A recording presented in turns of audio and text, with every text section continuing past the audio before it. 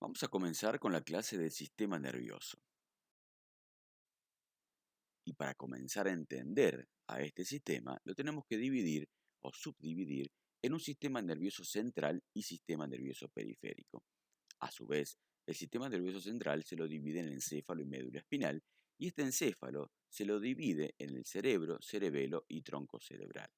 Al tronco cerebral, de abajo hacia arriba, se lo divide en bulbo raquídeo o médula oblonga, protuberancia anular o puente de Barolio y el mesencéfalo o pedúnculo cerebral. Mientras que en el sistema nervioso periférico se lo puede dividir funcionalmente en un sistema nervioso somático y autónomo, en donde el somático está conformado por los 12 pares craneales y los 31 nervios raquídeos, mientras que el autónomo se lo divide en un sistema simpático, parasimpático y entérico. Este sistema nervioso central comprende al conjunto de los centros y las vías nerviosas reunidas en el encéfalo y en la médula espinal, como vimos anteriormente, y está en contacto con los diversos órganos por intermedio del sistema nervioso periférico, formando o formado por los nervios craneales y nervios espinales.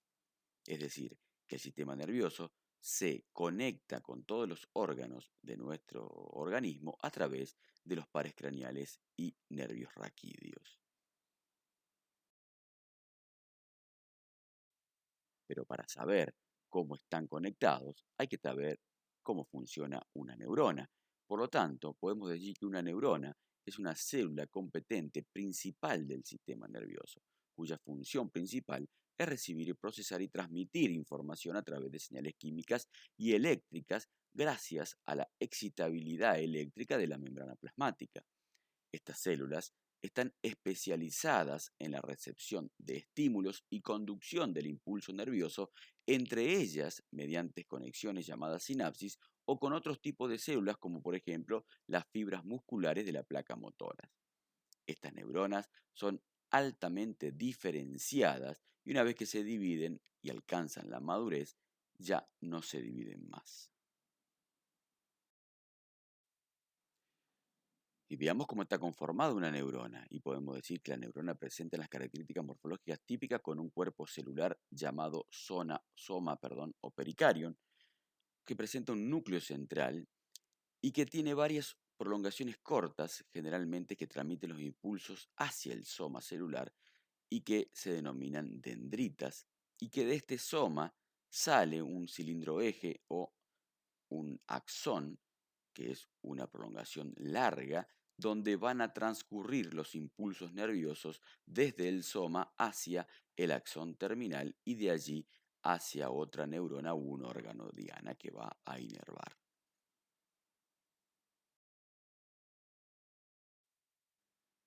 Estos impulsos nerviosos recorren el sistema nervioso de diferentes sentidos y vamos a tener que de la periferia hacia los centros van a ser neuronas aferentes, en donde el impulso nervioso es centrípeto y los centros que lo reciben se denominan sensitivos y de esta manera se transmite la sensibilidad a través de los órganos de los sentidos o desde los centros hacia la periferia y las neuronas se van a llamar eferentes, en donde el impulso nervioso es centrífugo y los centros que lo originan se llaman motores.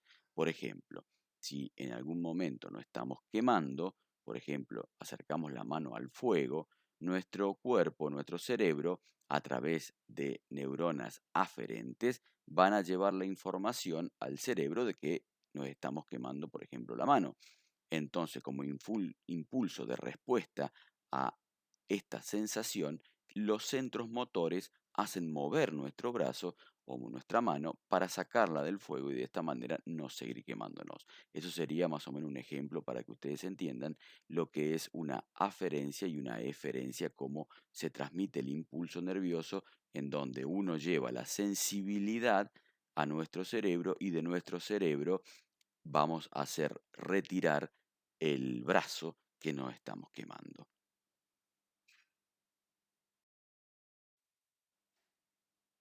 Y comencemos a describir entonces el sistema nervioso central.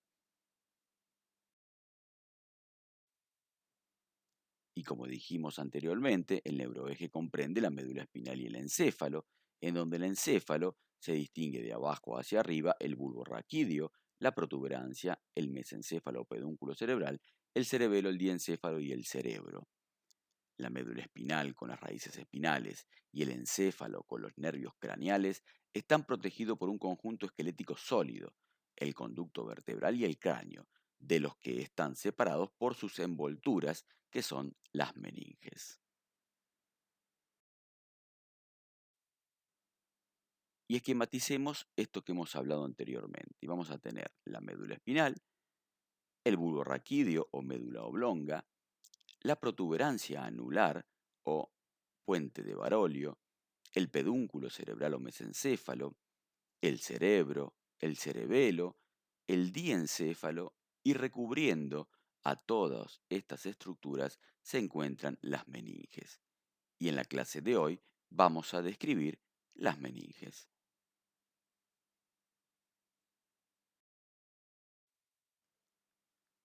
Las meninges son membranas de tejido conectivo que cubren todo el sistema nervioso central, dando una protección blanda que complementa a la dura, que son las estructuras óseas. En el hombre se distinguen tres capas y dos espacios intermedios y un espacio externo, que de adentro a afuera son la pía madre, el aracnoides y la dura madre.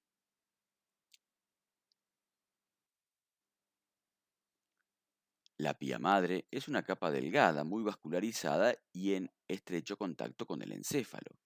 El aracnoide es una capa vascular, aunque atravesada por vasos sanguíneos hacia la pía madre, y se denomina leptomeninge al conjunto de pía madre y aracnoides. Y por último, la dura madre, que es la capa más externa. Entre la pía madre y la aracnoide se encuentra el espacio subaracnoideo, que contiene líquido cefalorraquídeo y amortigua golpes, reduciendo así la posibilidad de los traumatismos encefálicos. Entre la aracnoide y la dura madre está el espacio subdural, que es muy estrecho con algo de líquido cefalorraquídeo, y por fuera de la dura madre se encuentra la región externa, que limita con el periósteo en el encéfalo y con el espacio epidural en el tubo neural. A pesar de estar en estrecho contacto, siempre se interpone una capa de células gliales. Es decir, que entre las tres meninges, que son la pía madre, aracnoides y dura madre, se encuentran el espacio subaracnoideo, el espacio subdural y por fuera de la dura madre, entre en los huesos y la misma, se encuentra el espacio epidural.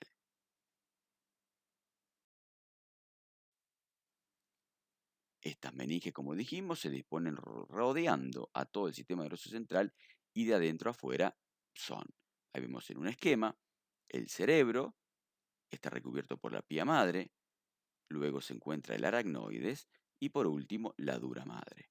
Los espacios son el espacio subaracnoideo entre el aracnoide y la pía madre, el espacio subdural entre el aracnoides y la dura madre, y entre el hueso y la dura madre se encuentra el espacio epidural.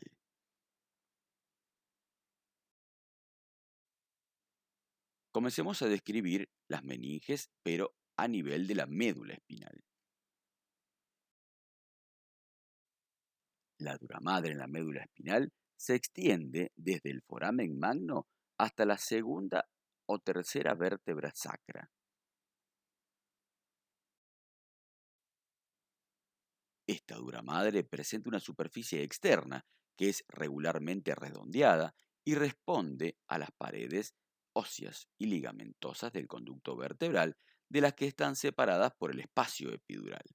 Lateralmente se prolonga alrededor de cada nervio espinal, al que acompaña adelgazándose cada vez más por fuera del foramen intervertebral.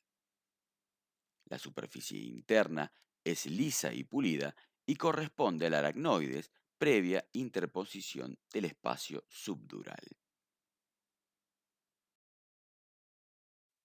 En el extremo superior, la dura madre se continúa sin límites netos con la dura madre craneal, mientras que en el extremo inferior constituye el fondo de saco dural que se extiende hasta el S2 y S3 y contiene a la cola de caballo y al filum terminal.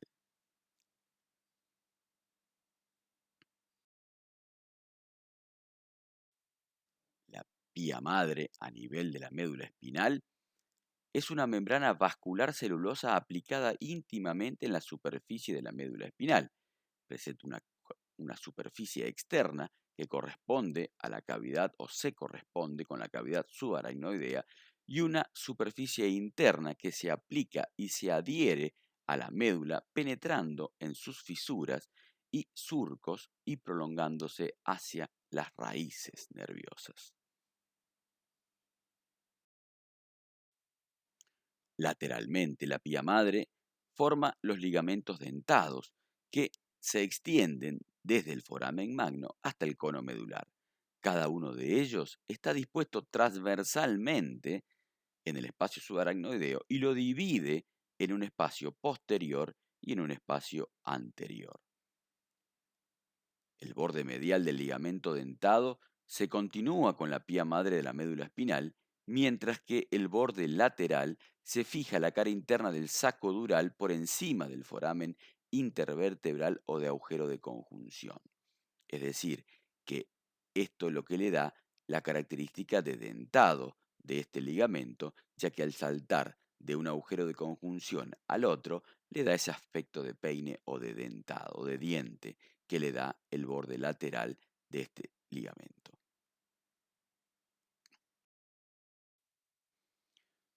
El extremo superior, la pía madre, se continúa sin límites netos entre la pía madre de la médula y la pía madre encefálica.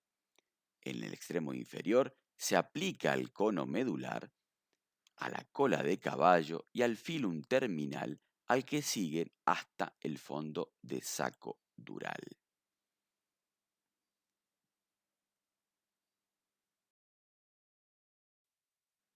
Por último, el aracnoides es un tejido interpuesto entre la dura madre y la pía madre y está formado por una lámina externa homogénea, la aracnoide propiamente dicha, y una capa interna areolar de grandes mallas que constituye el espacio subaracnoideo por donde circula el líquido cefalorraquídeo.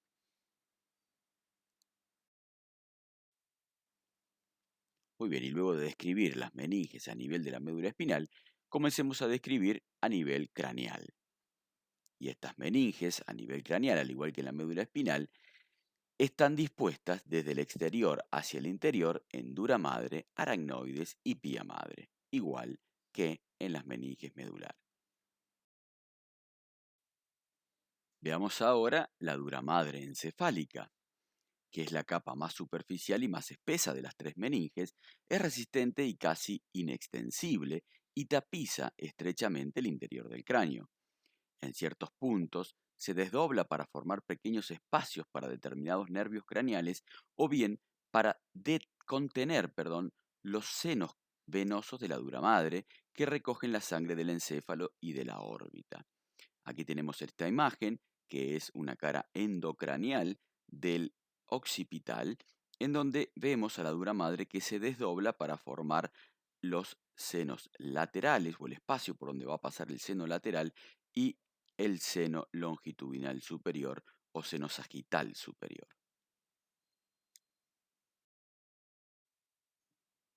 Además, esta dura madre emite prolongaciones hacia el interior del cráneo que tabican la cavidad craneal formando la hoz del cerebelo, la tienda del cerebelo y el diafragma celar o tienda de la hipófisis.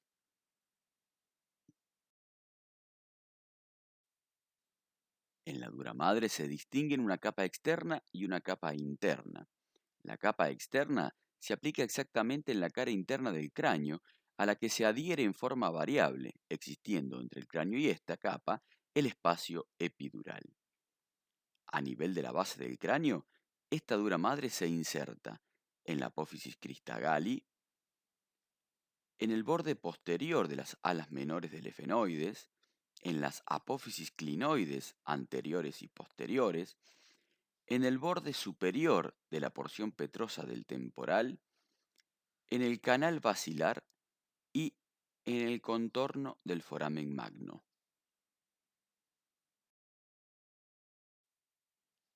A nivel de la calvaria, esta dura madre se adhiere a nivel de las suturas óseas, sobre todo en la línea mediana a nivel de la sutura sagital, mientras que en el resto de la calvaries las adherencias son más laxas, es decir, que donde más se fija es en la sutura sagital.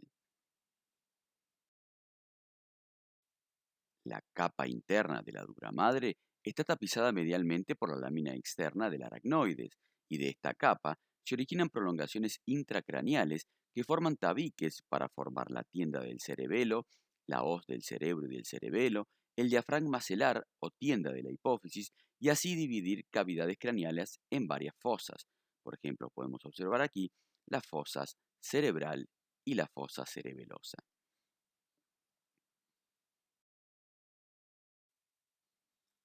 Comencemos a describir ahora la tienda del cerebelo o tentorio, y aquí podemos observar en una vista superior a la base del cráneo y la cara endocranial del hueso occipital, en donde vamos a observar que allí se interpone la tienda del cerebelo o tentorio, que es un tabique dural situado en la fosa posterior de la base del cráneo, cuyo techo forma, separando así la parte posterior del cerebro y del cerebelo. Entonces queda delimitado hacia arriba los hemisferios cerebrales y hacia abajo el cerebelo.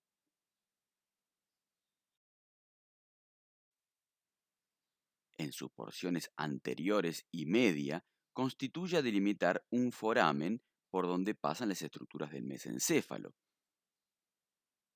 Las inserciones de la tienda del cerebelo lo hacen sobre dos circunferencias, en donde hay una mayor o borde periférico y otra menor o borde anterior.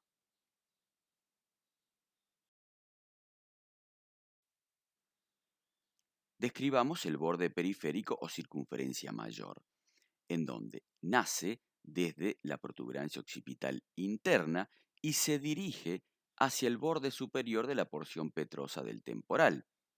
Luego de allí, termina en la apófisis clinoides posteriores. Este borde constituye el borde adherente de la tienda del cerebelo, de allí sus inserciones.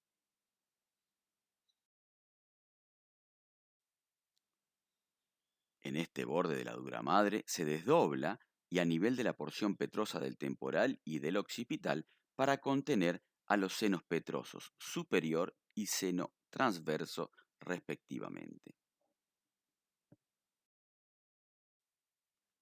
Veamos ahora el borde anterior o circunferencia menor o borde libre, que se inserta adelante sobre la apófisis clinoide anterior, luego se dirige hacia atrás pasando por encima del borde periférico al cual lo cruza en X, describe una curva cóncava hacia adelante para terminar insertándose en la apófisis clinoides anterior del lado opuesto.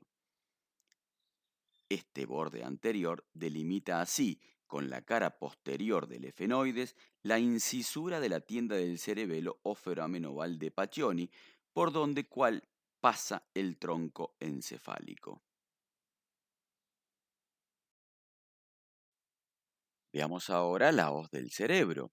Esta hoz del cerebro es una lámina sagital y mediana situada entre las caras mediales de ambos hemisferios cerebrales. Adopta una forma de triángulo curvilíneo u hoz de base póstero inferior que se inserta de manera perpendicular en la cara superior de la tienda del cerebelo. El borde superior de esta hoz del cerebro es convexo y comienza su inserción en el foramen ciego, luego en la cresta frontal interna, en el surco sagital y termina en la protuberancia occipital interna. En este borde se aloja el seno sagital o longitudinal superior, mientras que el borde inferior de la hoz del cerebro se va a insertar o extender desde la apófisis cristagali hasta el borde posterior de la incisura de la tienda del cerebelo, y en ella se va a corresponder ese borde inferior a la cara superior del cuerpo calloso y se aloja el seno sagital inferior o longitudinal inferior. Veamos ahora la hoz del cerebelo. Esta hoz del cerebelo es más rudimentaria que la hoz del cerebro y se dispone como un tabique mediano y sagital entre los hemisferios cerebelosos.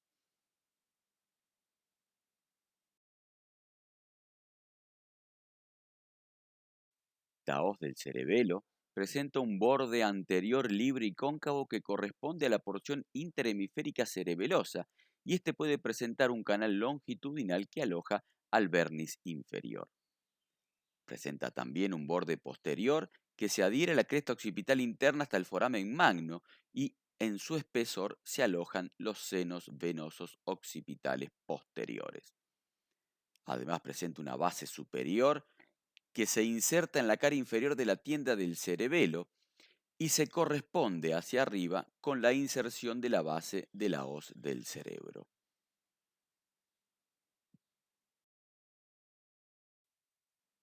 Por último, veamos el diafragma celar o tienda de la hipófisis, que es un tabique horizontal perforado por el infundíbulo del hipotálamo y que se extiende por encima de la silla turca, aislando así a la hipófisis. Esta tienda se inserta adelante en el surco prequiasmático, lateralmente en el borde libre de la tienda del cerebelo y hacia atrás en el borde superior del dorso de la silla turca. Además, la dura madre del diafragma celar se desdobla para alojar a los senos venosos intracavernosos, es decir, a los senos cavernosos.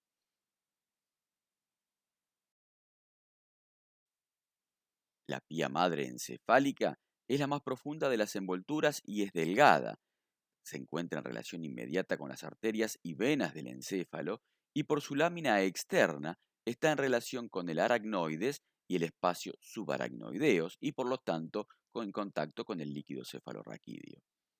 Por su lámina interna, a nivel del cerebro, tapiza la cara superficial de los hemisferios y se insinúa en la parte media de la fisura transversa del cerebro para formar la tela coroidea del tercer ventrículo a nivel del tronco encefálico, y a su vez se insinúa entre este y el cerebelo para formar la tela coroidea del cuarto ventrículo.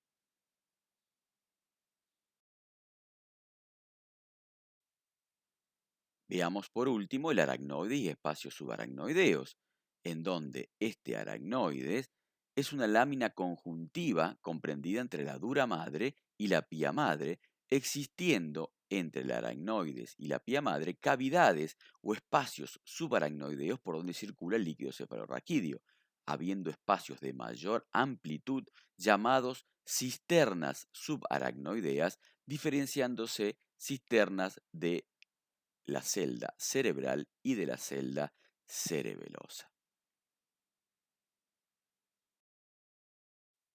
Muy bien, y de esta manera hemos llegado al final del estudio de las membranas que recubren al sistema nervioso central, que son las meninges. Muchas gracias por su atención.